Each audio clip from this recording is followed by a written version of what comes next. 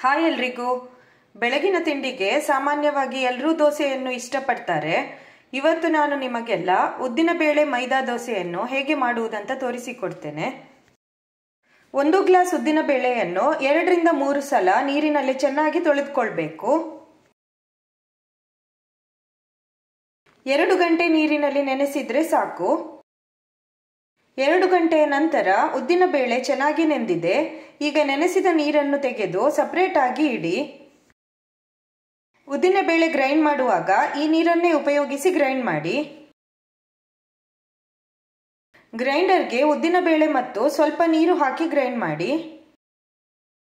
15 ರಿಂದ 20 ನಿಮಿಷ ಗ್ರೈಂಡ್ ಮಾಡಿದ್ರೆ ಸಾಕು.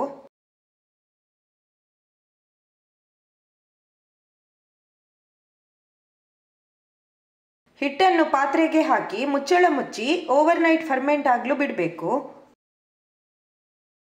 ಮರುದಿನ ಬೆಳಿಗ್ಗೆ 1 ಬೌಲ್ಗೆ 1.5 ಕಪ್ ಮೈದಾ ಹಾಕಿ ನೀರನ್ನು ಹಾಕಿ ಗಂಟಿಲ್ಲದಂತೆ ಚೆನ್ನಾಗಿ ಮಿಕ್ಸ್ ಮಾಡಬೇಕು. ಈ ಹಿಟ್ಟನ್ನು ಫರ್ಮೆಂಟ್ ಆದ ಉದ್ದಿನ ಹಿಟ್ಟಿಗೆ ಬೆರೆಸಿ ರುಚಿಗೆ ತಕ್ಕಷ್ಟು ಉಪ್ಪು ಮತ್ತು 2 ಸ್ಪೂನ್ನಷ್ಟು ಬಾಂಬೆ ರವೆಯನ್ನು ಹಾಕಿ ಚೆನ್ನಾಗಿ ಮಿಕ್ಸ್ ಮಾಡಿ. ಸ್ವಲ್ಪ ಬಾಂಬೆ ರವೆ ಹಾಕುವುದರಿಂದ ದೋಸೆ ಕಾವಲಿಗೆ ಅಂಟುವುದಿಲ್ಲ ಮತ್ತು ಕ್ರಿಸ್ಪಿಯಾಗಿ ಚೆನ್ನಾಗಿ ಬರ್ತದೆ. ದೋಸೆ ಹಿಟ್ಟು ಗಟ್ಟಿ ಅಂತ ಅನಿಸಿದ್ರೆ ಮಾತ್ರ ಸ್ವಲ್ಪ ನೀರನ್ನು ಹಾಕಿ. ಹಿಟ್ಟು ಈ ಹದದಲ್ಲಿ ಇರಬೇಕು. ಈಗ ಈ ದೋಸೆಗೆ ಒಂದು ಒಳ್ಳೆ ಸೈಡ್ ಡಿಶ್ ರೆಸಿಪಿಯನ್ನು ನಿಮಗೆ ತೋರಿಸಿಕೊಡ್ತೇನೆ. ಇಲ್ಲಿ 2 ಆಲೂಗಡ್ಡೆಯನ್ನು ಹೀಗೆ ಸಣ್ಣದಾಗಿ ಕಟ್ ಮಾಡಿ.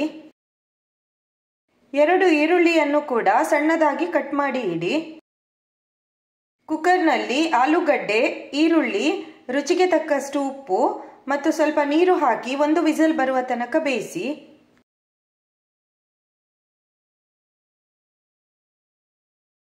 ಮಸಾಲೆಗೆ ಅರ್ಧ ತೆಂಗಿನಕಾಯಿ ತುರಿ, 8 ರಿಂದ 10 ಹುರಿದ ಕೆಂಪು ಮೆಣಸು, ಸಣ್ಣ ತುಂಡು ಹುಣಸೆ ಹುಳಿ, ಸ್ವಲ್ಪ ನೀರು ಹಾಕಿ ನುಣ್ಣಗೆ ಗ್ರೈಂಡ್ ಮಾಡಿ.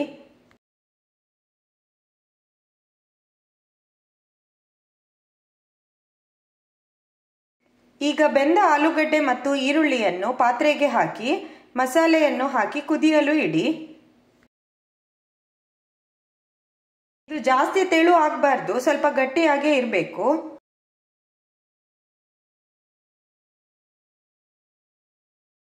ಟೇಸ್ಟ್ ನೋಡಿ, ಉಪ್ಪು ಬೇಕಿದ್ರೆ ಈ ಸಮಯದಲ್ಲಿ ಹಾಕಿ ಚೆನ್ನಾಗಿ ಕುದಿಸಿ. ಈಗ ಇದಕ್ಕೆ ಒಗ್ಗರಣೆಯನ್ನು ಹಾಕಬೇಕು.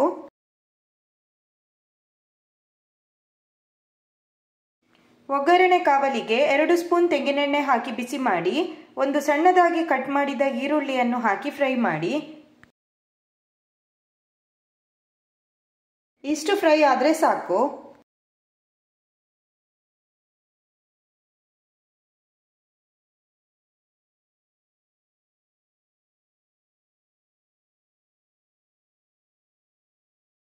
ದೋಸೆ ಕಾವಲಿ ಬಿಸಿ ಆದ ಮೇಲೆ 1 ಸೌಟು ಹಿಟ್ಟನ್ನು ಹಾಕಿ ಹೀಗೆ ದೋಸೆಯನ್ನು ಹರಡಿ.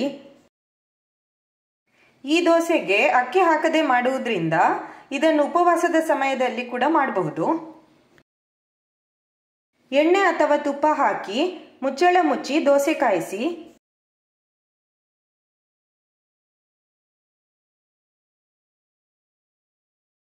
ಈ ದೋಸೆಯನ್ನು 2 ಬದಿ ಕಾಯಿಸಬೇಕು.